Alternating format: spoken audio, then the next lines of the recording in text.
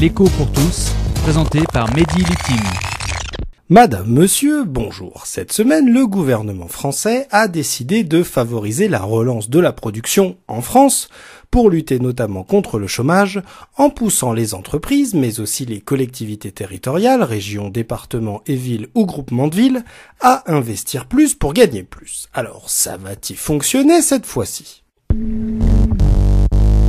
Alors pourquoi déjà décider de pousser les entreprises et les collectivités territoriales à investir plus ? Eh bien, en gros, parce que l'économie française fonctionne avec un iPhone 2, quand nos concurrents et néanmoins amis allemands par exemple, ont déjà l'iPhone 6,5. Du coup, les entreprises françaises, en gros, produisent moins bien et moins efficacement. Du coup, la crise persistant, le risque est qu'à force d'investir moins, d'acheter moins de machines notamment, les entreprises françaises qui travaillent dans le secteur industriel notamment deviennent moins efficaces, moins compétitives que les entreprises allemandes par exemple, mais en fait moins compétitives que toutes les entreprises partout dans le monde qui n'ont plus l'iPhone 2, mais l'iPhone 6, voire 7, voire 6,5.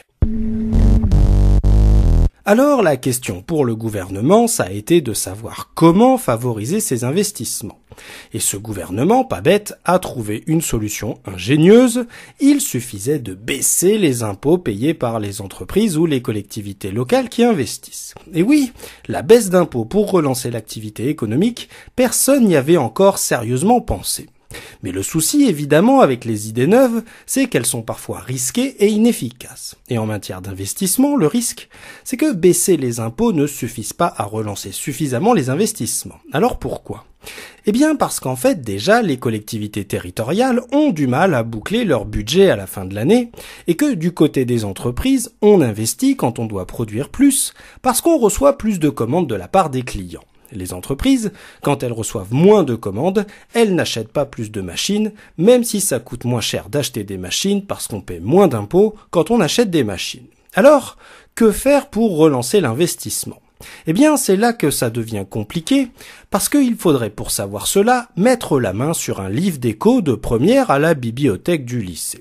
Alors, j'ai pu m'en procurer un, et dans ce livre, attendez, je feuillette, je lis, j'apprends en effet que les entreprises n'investissent pas plus quand elles ne reçoivent pas plus de commandes, et j'apprends aussi qu'elles investissent plus, voire beaucoup plus, quand elles se rendent compte qu'elles reçoivent plus de commandes.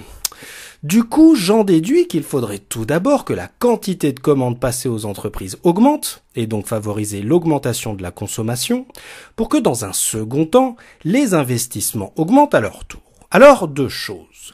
Soit mon bouquin d'éco est à la rue, soit c'est notre gouvernement. Et malgré les chiffres calamiteux du chômage ou du score des votes extrémistes aux dernières élections, je suis persuadé que c'est mon bouquin qui est dans l'erreur. L'écho pour tous, une chronique écrite et présentée par Mehdi Lutim sur Marmite FM 88.4.